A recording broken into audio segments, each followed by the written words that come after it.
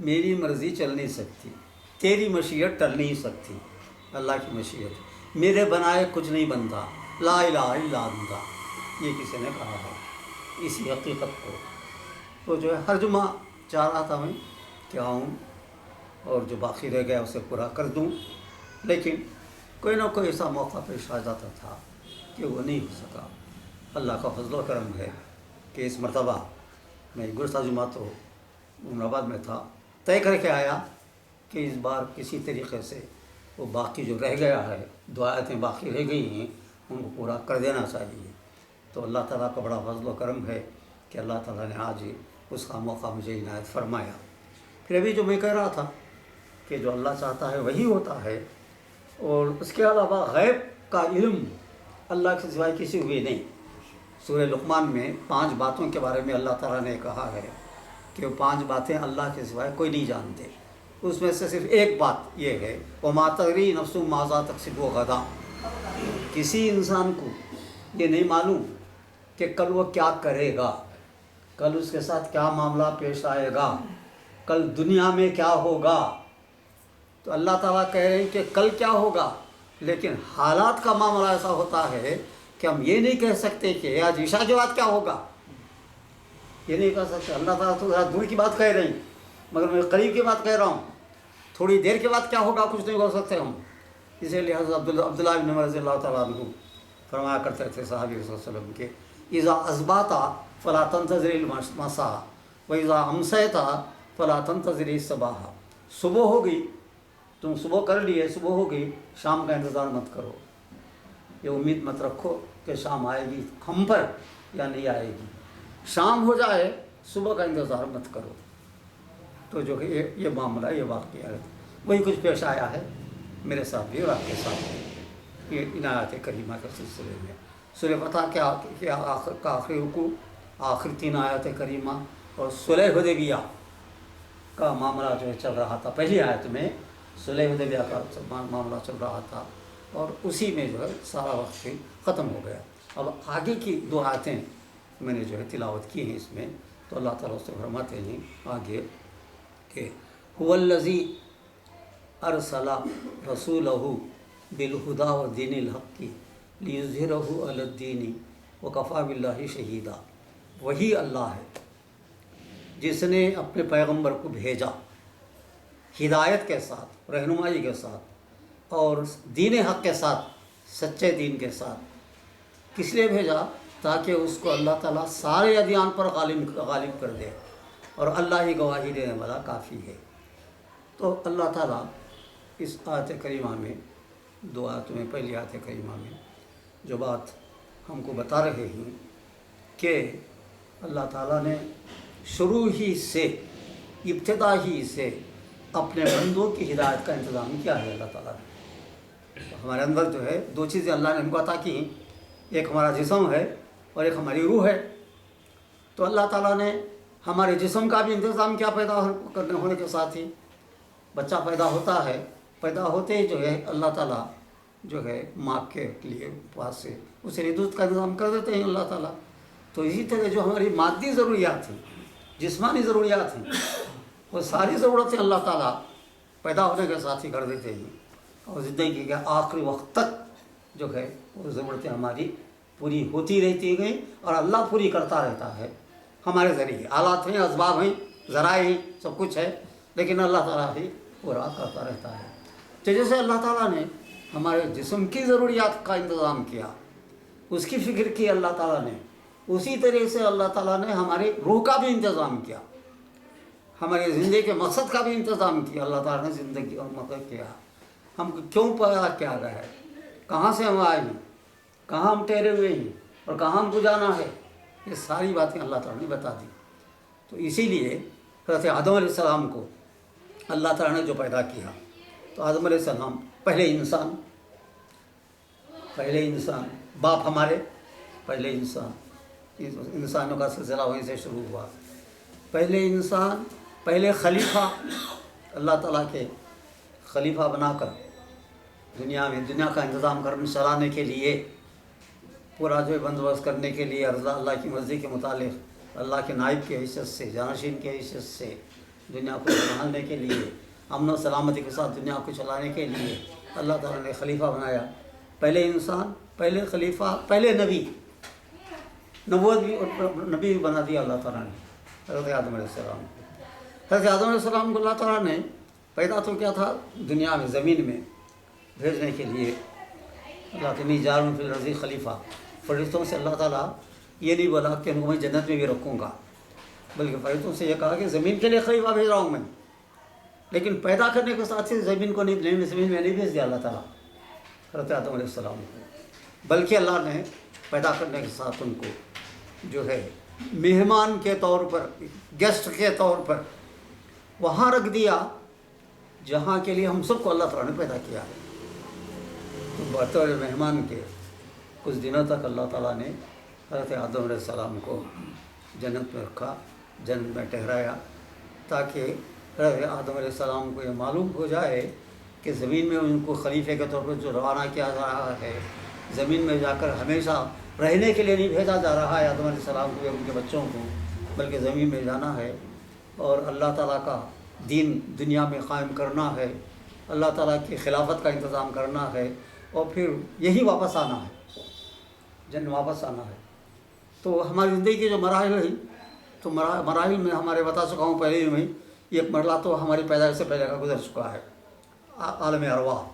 اسے کہتے ہیں، گزر چکا ہے۔ پیدا ہونے کے بعد دوسرا مرحلہ چل رہا ہے ہمارا۔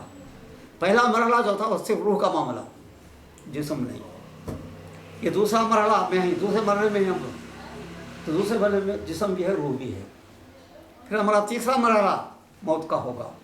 کل نفس ذائقۃ الموت، ہر انسان موت کا مزہ چکھنے والا ہے۔ تو موت جب آئے گی تو کیا ہوگا معاملہ اس وقت پر؟ جسم اور روح الگ ہو جائیں گے، جو ہے ختم نہیں ہوگا، خاتمہ نہیں ہوگا، فنا نہیں ہوگا، انسان رہے گا۔ صرف اتنی بات ہوگی جسم ختم ہو جائے گا اس کا، روح اس کی باقی رہے گی۔ تیسرا مرحلہ، چوتھا مرحلہ، یہ تینوں مرحلے جو ہے یہ مستقل نہیں، عارضی تمام نہیں ہے۔ اور آخری مرحلہ جو ہے وہ قیامت کے دن کے موقع پر جو زندہ کریں گے اللہ تعالیٰ تمام کو، اس وقت پر نیک لوگوں کو جنت اور برے لوگوں کو جو ہے جہنم۔ تو اس طرح رسالت کا، پیغمبری کا انتظام، نبوت کا انتظام اللہ تعالیٰ نے شروع ہی سے کر دیا ہے، یہ بتا رہا ہوں میں، آدم علیہ السلام سے ہی کر دیا ہے۔ اور یہاں اللہ تعالیٰ جو کہہ رہے ہیں وہی ہے اللہ جس نے بھیجا اپنے پیغمبر کو۔ تو اس سے مراد اللہ تعالیٰ یہ بتانا چاہتے ہیں کہ شروع ہی سے اللہ تعالیٰ نے رسالت اور نبوت کا انتظام کیا پیغمبروں کے ذریعے۔ پھر اللہ تعالیٰ جو ہے پہلے پیغمبر جو آتے رہے وہ یہ بالکل وہ ایک کسی خاص قوم کے لیے، خاص زمانے کے لیے، خاص جگہ کے لیے آتے تھے۔ پہلے پیغمبر جتنے انبیاء کرام آئے، آدم علیہ السلام سے لے کر عیسیٰ علیہ السلام تک جتنے بھی انبیاء کرام آئے، ایک ایک قوم کے لیے خاص، ایک ایک جگہ کے لیے، ایک ایک وقت کے لیے، ایک ایک پیریڈ کے لیے، جو کہ بالکل مستقل طور پر نہیں، عیسیٰ علیہ السلام تک، آدم علیہ السلام سے لے کر۔ تو اب یہاں جو اللہ کریں گے وہی اللہ تعالیٰ ہے جس نے اپنے پیغمبر کو بھیجا، رسول صلی اللہ علیہ وسلم کو بھیجا۔ تو رسول صلی اللہ علیہ وسلم کو جو بھیجا اللہ تعالیٰ نے، تو جہاں تک اس کا سوال ہے، دنیا میں رہنے اور دنیا سے جانے کا سوال ہے، اس میں رسول اللہ علیہ وسلم بھی سب کے برابر۔ مقررہ وقت تک جو ہے 63 سال کی عمر بھی ہوئی ہے رسول اللہ علیہ وسلم کی، نبوت کا معاملہ 23 سال کا نبوت کا معاملہ، اس کا رسول اللہ علیہ وسلم بھی جو ہے سب کی طرح عام وسلم کا وفات ہوگی، انتقال ہوگی۔ لیکن رسول صلی اللہ علیہ وسلم کے انتقال کے بعد حضور صلی اللہ علیہ وسلم کی رسالت، آپ کی نبوت باقی رکھ دیا اللہ تعالیٰ نے، قرآن اور حدیث کی شکل میں، کتاب و سنت کی شکل میں، آپ کے اسوے اور نمونے کی شکل میں اللہ تعالیٰ نے گویا حضور صلی اللہ علیہ وسلم کی وفات تو ہو گئی، چونکہ اللہ تعالیٰ نے یہ بتایا کہ سب کو یہاں سے جانا ہے، سب کا انتقال ہونا ہے، حتیٰ کہ عیسیٰ علیہ السلام جو زندہ ہیں قیامت کے قریب آئیں گے، وہ بھی مریں گے، ان کو بھی موت آ جائے گی، عیسیٰ علیہ السلام کو بھی۔ تو اس طرح یہاں اللہ تعالیٰ یہ کہہ رہے ہیں کہ وہی اللہ ہے جس نے بھیجا اپنے پیغمبر کو۔ یہاں پیغمبر سے مراد رسول اللہ صلی اللہ علیہ وسلم، رسول اللہ علیہ وسلم کو بھیجا، اور رسول اللہ علیہ وسلم کو جو بھیجا تو جو دوسرے انبیاء کرام سے جو الگ معاملہ تھا رسول صلی اللہ علیہ وسلم کا، وہ یہ تھا کہ آقا صلی اللہ علیہ وسلم کسی خاص وقت کے لیے نہیں، کسی خاص قوم کے لیے نہیں، کسی خاص جگہ کے لیے نہیں. آپ کی نبوت اور رسالت جو ہے وہ ابدی ازلی ہمیشہ کے لیے آپ کی نبوت کا سلسلہ غار ہیرا سے جو شروع ہوا تو آپ کی نبوت کا سلسلہ قیامت پر ختم ہوگا. شروع ہوا غار ہیرا سے، ختم ہوگا قیامت آنے پر، قیامت کے آنے پر. تو جو ہے پورے زمانے کے لیے، آخر وقت کے لیے، اور پوری کسی قوم کے لیے بھی نہیں، کسی قوم کے لیے بھی نہیں، بلکہ پوری اقوام کے لیے، یوں سمجھے پوری انسانیت کے لیے. وما ارسلناک الا رحمۃ للعالمین. اللہ تعالیٰ نے کہا ہے دوسرے کہ ہم نے آپ کو پورے عالموں کے لیے، پورے دنیا والوں کے لیے، پوری کائنات کے لیے، پوری مخلوقات کے لیے، سب کے لیے ہم نے رحمت بنا کر بھیجا ہے. تو جو ہے زمانے کے لحاظ سے بھی، جگہ کے لحاظ سے بھی، اور حالات کے لحاظ سے بھی اللہ تعالیٰ نے نبی اکرم صلی اللہ علیہ وسلم کو رسول بنا کر جو بھیجا وہ ہمیشہ کے لیے بھیجا. اور کس کے ساتھ بھیجا؟ بالہدا، ہدایت کے ساتھ بھیجا، رہنمائی کے ساتھ بھیجا. انسان کو اللہ تعالیٰ نے جو ہے جسم دیا، ہم کو عقل دیا، دل اور دماغ دیا، یہ سب کچھ دیا اللہ تعالیٰ نے دنیا کے معاملات کو انجام دینے کے لیے، دنیا کا کام کرنے کے لیے یہ ساری چیزیں دیا. لیکن آخرت کی تیاری کے لیے جو ہے، آخر میں تیاری کرنے کا جو معاملہ کرنا ہے وہ خود بخود اللہ تعالیٰ نے انتظام اگر چاہتا تو کر دیتا. اللہ تعالیٰ کا کوئی مشکل نہیں، پیدا کر دیتا اور پیغمبروں کا انتظام نہ کرتا، چھوڑ دیتا ویسے ہی. اور بس ہم نے تو پیدا کیا تھا، عقل دیا تھا، عقل کے ذریعے تم ہدایت حاصل کر لینا تھا. یہ نہیں کیا اللہ تعالیٰ نے، بلکہ اللہ تعالیٰ کا یہ انتظام، اللہ تعالیٰ کی یہ فکر ہمارے لیے، اللہ تعالیٰ نے جو بندوبست ہمارے لیے کیا وہ یہ کہ ہدایت، ضلالت کا ضد، گمراہی کا. ہدایت میں جو ہے پوری جتنی کتابیں، قرآن اور نبوت اور بدعت کے سلسلے میں جتنی چاہتے ہیں سب دے کر بھیجا. ایک تو وہ دین الحق، اور دوسری چیز جو دے کر بھیجا دین حق، سچا دین اللہ تعالیٰ نے دیا. اور دین سے مراد جو ہے زندگی گزارنے کا پورا طریقہ. دین سے مراد جو ہے خالی صرف چند محدود تصور نہیں دین کا. عام طور پر جو لوگ بے دین ہیں، بے ایمان ہیں، ان کو چھوڑیے، لیکن جو دیندار ہیں مسلمانوں میں عام طور پر ان کا حال بھی، ان کا معاملہ بھی یہ ہے کہ دین کا ایک محدود تصور ہے ان کا. اور یہ سمجھتے ہیں کہ 5 چیزوں پر اگر عمل کر لے تو گیا بیڑا پار ہو جائے گا، پورے دیندار ہم بن جائیں گے. 5 چیزیں تو حالانکہ ان کے بارے میں اس میں فرما رہے ہیں بنی الاسلام علی 50 کہ وہ 5 چیزیں پورا دین نہیں، پورا دین حق نہیں، بلکہ بنیاد ہے، وہ بیسمنٹ ہے، بنیاد 5 چیزیں: کلمہ طیبہ، نماز، روزہ، زکوٰۃ، حج. یہ جو ہے بنیاد، پایا جسے کہتے ہیں وہ ہے. باقی رہا دوسری جتنی چیزیں ہیں زندگی سے متعلق، جتنے معاملات ہیں، چاہے وہ آخرت کے تعلق رکھنے والے ہوں یا دنیا سے تعلق رکھنے والے ہوں، وہ سب کے سب جو ہے دین کے دائرے کے اندر، دین کے اندر آ جاتے ہیں. صرف 5 چیزوں کا نام دین نہیں ہے، جیسا کہ عام طور پر محدود تصور ہے لوگوں کا. تو دین اللہ تعالیٰ نے بھیجا. تو اللہ تعالیٰ کا مقصد دین کو بھیجنے کا کیا ہے؟ مقصد بھی ہوتا ہے اللہ تعالیٰ لِیُظْہِرَهُ عَلَى الدِّینِ کُلِّهِ، تاکہ یہ دین جس کو بھیجا گیا ہے، رسول صلی اللہ علیہ وسلم لے کر آئے ہیں، جس دین کو لے کر آئے پورے کا پورا ایک مکمل نظام حیات، زندگی کا جامع اور مکمل نظام حیات، مسواک سے لے کر جو ہے جہاد تک، میدان جہاد، کارزار تک، غزوات تک، جنگوں تک، اور آخری معاملہ غلبہ دین، اقامت دین، غلبہ دین، آخری مرحلہ اس کا دین کا کامیابی کا اقامت دین اور غلبہ دین ہے وہ. تو اس کے لیے اللہ تعالیٰ نے دین کو بھیجا. مغلوب رہنے کے لیے دین کو نہیں بھیجا اللہ تعالیٰ نے، جیسا کہ اس وقت معاملہ ہے دین کا. ہر جگہ مغلوب دین ساری دنیا کے اندر. اور اگر کہیں کچھ ہے بھی دین کی کچھ چیزیں ہیں تو جزوی طور پر چند چیزوں کا معاملہ دین کا، چند چیزوں کا ہے اس میں.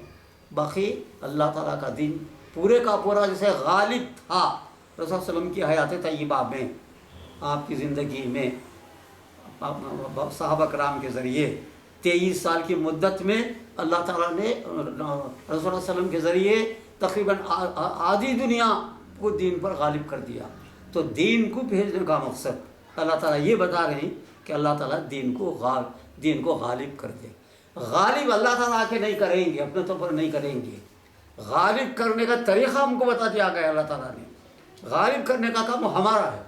ہم کو کرنا ہے، دین کو قائم کرنا، دین کو غالب کرنا وہ ہماری ذمہ داری ہے۔ لیکن یہ ذمہ داری بھی جو ہے یہ نہیں کہ غالب کر کے ہی رکھ دیں ہم، یہ نہیں، بلکہ دین کو غالب کرنے کی جدوجہد، اس کی کوشش، اس کے وسائل، اس کے ذرائع، ہم جو کچھ کر سکتے ہیں اس کے تمام کر دینا جو ہے یہ گویا اظہار دین،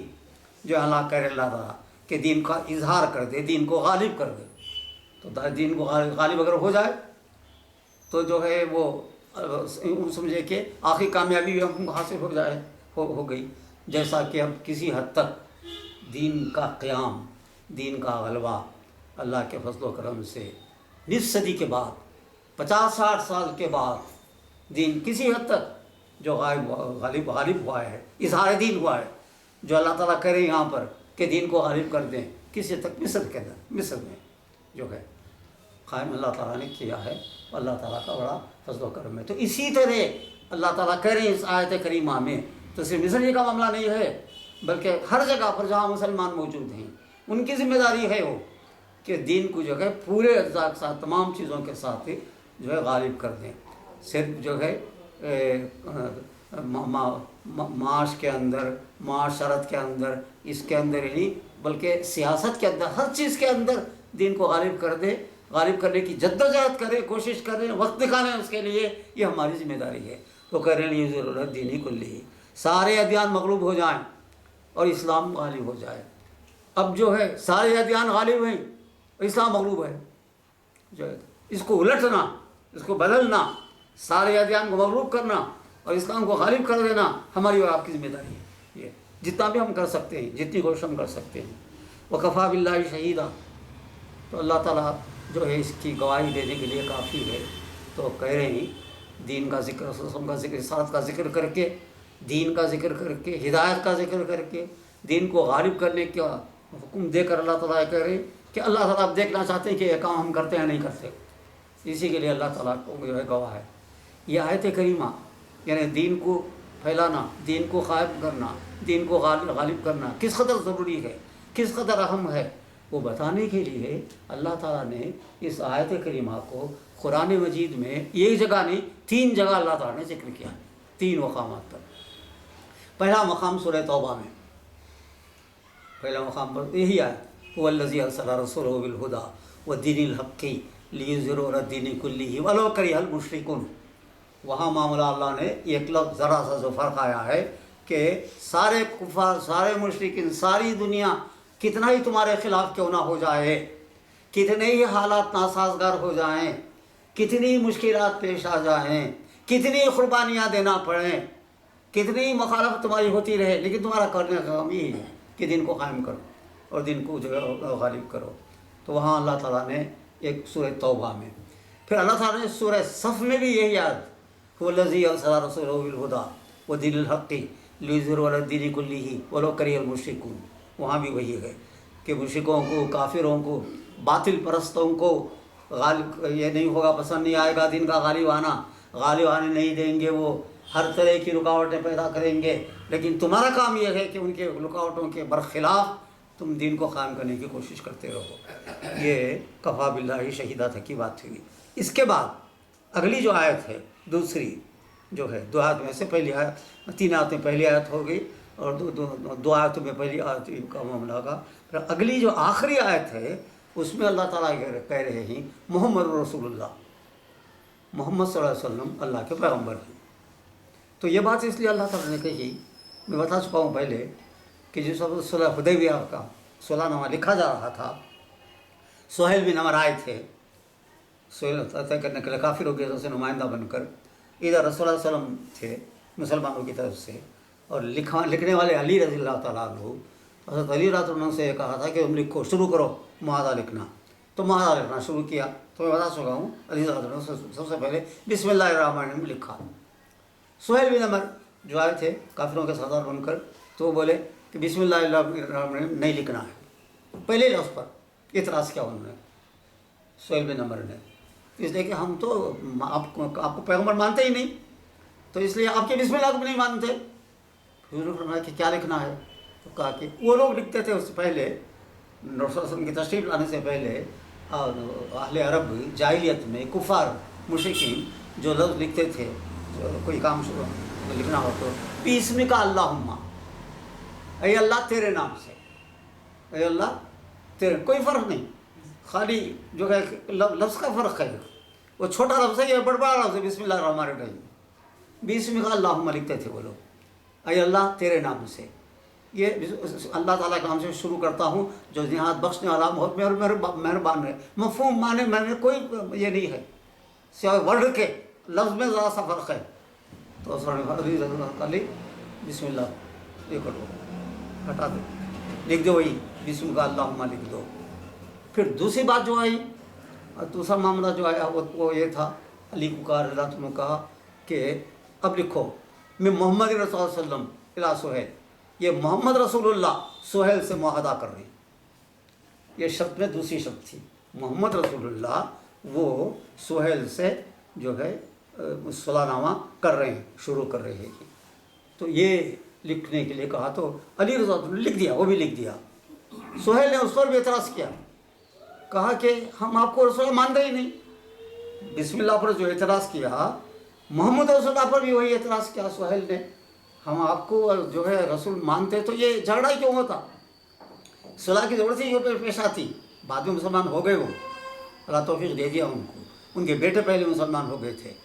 تو جو ہے یہ کہا کہ محمد رسول اللہ جو ہے اس کو بھی نہیں چاہیے۔ تو اس کے بعد رسول نے کہا پھر کیا لکھنا چاہیے؟ یہ لکھو محمد بن عبداللہ کی طرف سے صلح نامہ ہو رہا ہے، محمد رسول اللہ کی بجائے محمد بن عبداللہ کی طرف سے یہ جو صلح نامہ ہو رہا ہے۔ تو رسول نے علی رضی اللہ عنہ سے کہا کہ بھائی علی محمد رسول اللہ کو محمد بن عبداللہ بناؤ۔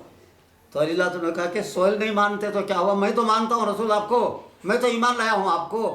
اور میں لکھا ہوں وہ نہیں مٹاتا میں۔ اب وہ ایک تکرار شروع ہو گئی، سہیل کرے کہ نکالنا ہے۔ تو رسول نے فرمایا کہ میں جو کچھ بول رہا ہوں اللہ کی طرف سے کہہ رہا ہوں، اللہ کی ہدایت سے کہہ رہا ہوں، اپنی طرف سے کوئی بات نہیں کہہ رہا ہوں، بسم کا اللہم بھی اللہ کی طرف سے۔ اب جو بول رہا ہوں محمد بن عبداللہ لکھنے کے لیے میری طرف سے نہیں بول رہا ہوں، وہ بھی اللہ کی طرف سے بول رہا ہوں۔ تو علی اللہ تھوڑی وہ بولے ٹھیک ہے، اللہ کی طرف سے اگر بول رہے ہیں تو ٹھیک ہے، لیکن میں نہیں مٹاتا اس کو۔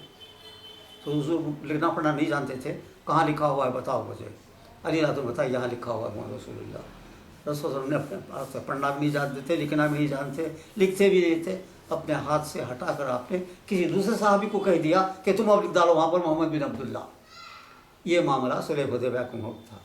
اس کا جواب دیتے ہوئے اللہ تعالیٰ یہ آیت کریمہ میں اب جو میں نے پڑھی ہے محمد الرسول اللہ، تو اللہ تعالیٰ نے کہا جو ہے تم محمد صلی اللہ علیہ وسلم کو رسول اللہ مانو یا نہ مانو، میرے پاس وہ اللہ کے رسول نہیں۔ اللہ تعالیٰ کہ اسی وقت واپس لوٹ رہے تھے صلح کے بعد ہی، تو راستے میں سورہ فتح نازل ہوئی تھی، تو اللہ تعالیٰ یہ بتا رہا ہے سہیل بن عمر کو بھی اور پورے کافروں کو اور دنیا کے تمام انسانوں کو جو اسلام نہیں لائے گی، سب کو اللہ تعالیٰ یہ بتا رہا ہے یہ لفظ کہہ کر محمد رسول اللہ کہ محمد جو ہے خالی محمد بن عبداللہ نہیں، عبداللہ کے بیٹے ضرور ہی وہ، عبداللہ کے بیٹے تو ہی وہ،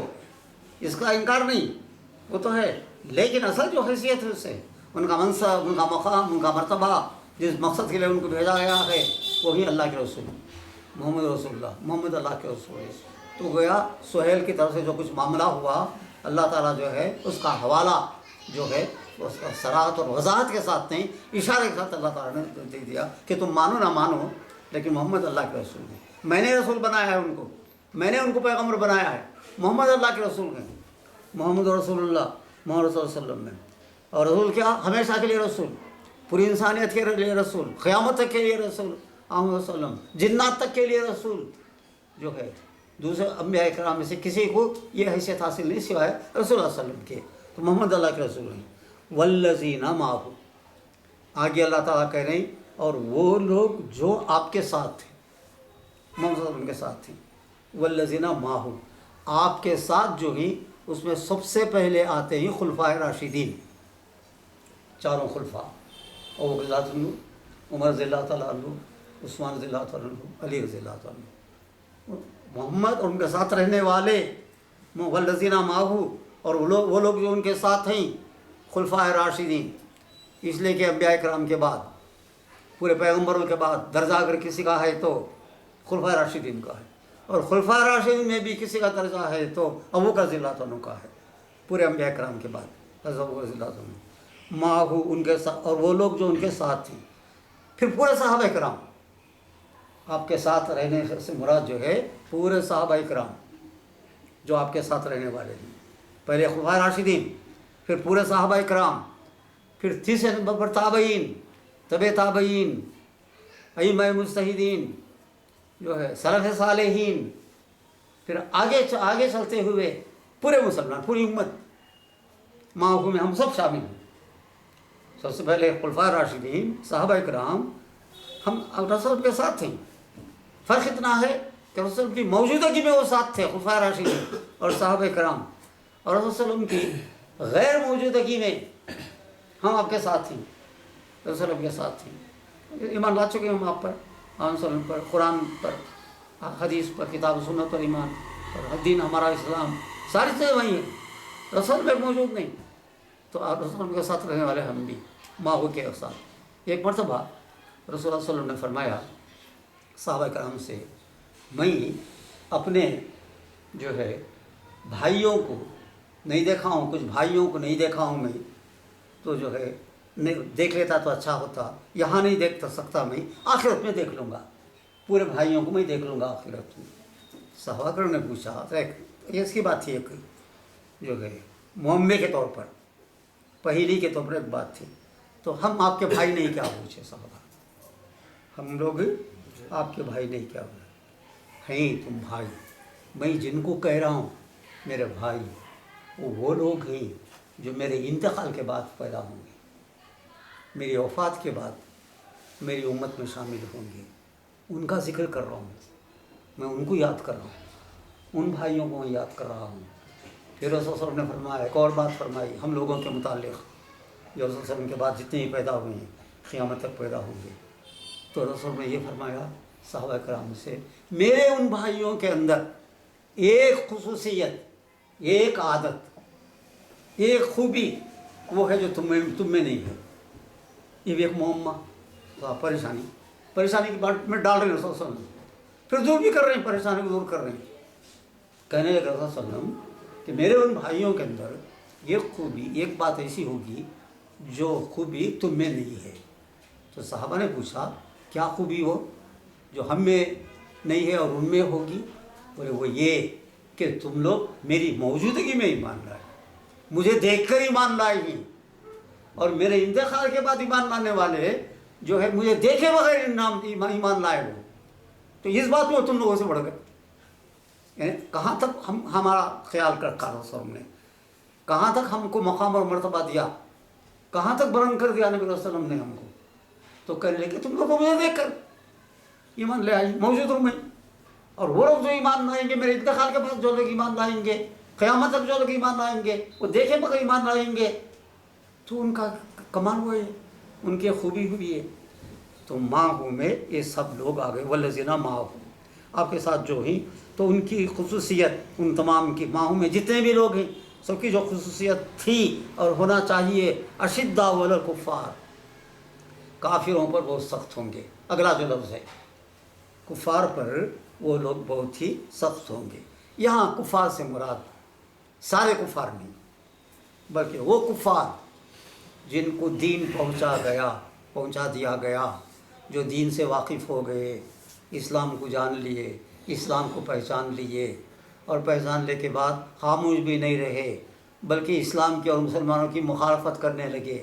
دشمنی کرنے لگے ان سے۔ پھر اسلام کا نظام، اسلامی حکومت قائم ہو گئی، قائم ہونے کے بعد ہی ان کے ساتھ جو ہے سختی کا معاملہ کرنا چاہیے۔ تو ایک مسلمان کا تعلق جو ہے دوسرے مسلمان کے ساتھ، پہلا تعلق دین کا، دوسرا تعلق رشتے کا نمبر، دوسرا نمبر، چنانچہ ایک مرتبہ جو ہے حضرت جنگ بدر میں حضرت ابوبکر رضی اللہ عنہ مسلمانوں میں تھے، ان کے بیٹے عبد الرحمن بن ابو بکر جو تھے کافروں میں تھے، وہ کافر لڑ رہے تھے، باپ ادھر مسلمانوں کے ساتھ لڑ رہے ہیں، ابو بکر ذات میں بیٹا ادھر کافروں کے ساتھ لڑ رہا ہے، تو بعد میں ایمان لے آئے، عبداللہ بن عمر ایمان لائے، عبد الرحمن بن عمر ایمان لائے۔ ایمان لانے کے بعد وہ کہنے لگے ابو بکر ذات عنہ سے، ابا جان بدر کے موقع پر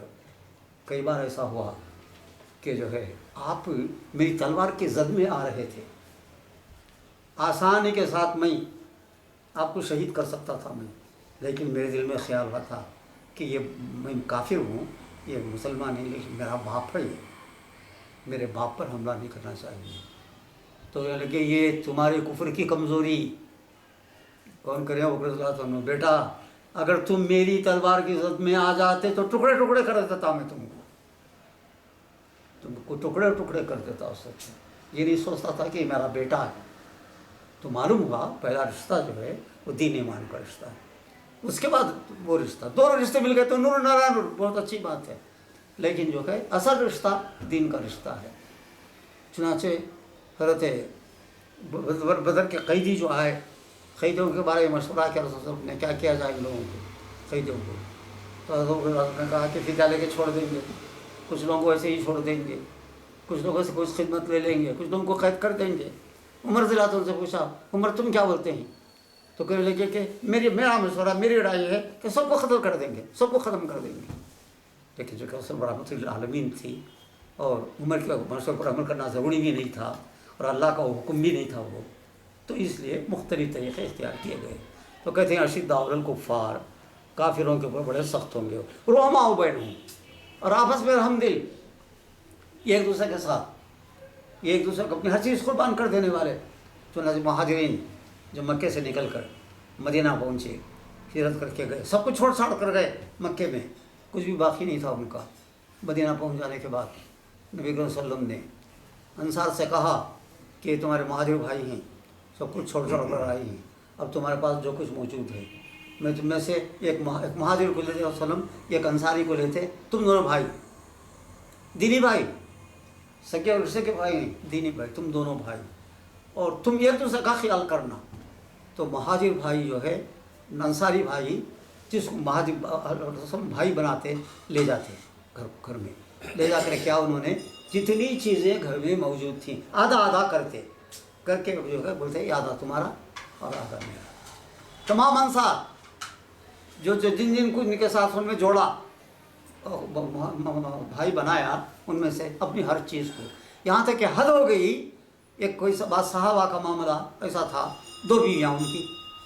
اور جو آئی ہی وہاں سے ان کی بیوی کافر مکے میں چھوڑ کر آئی ہیں،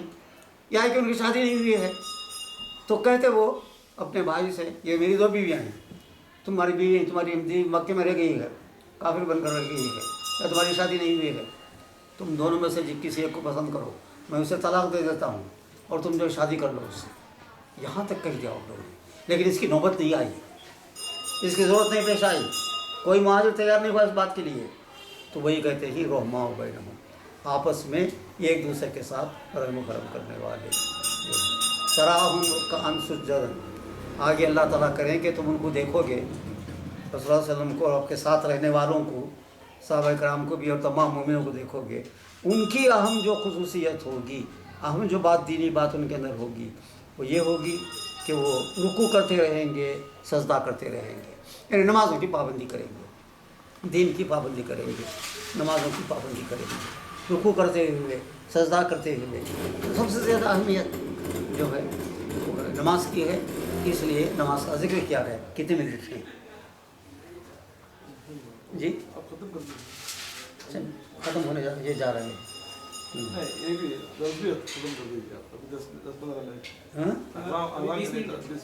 اچھا،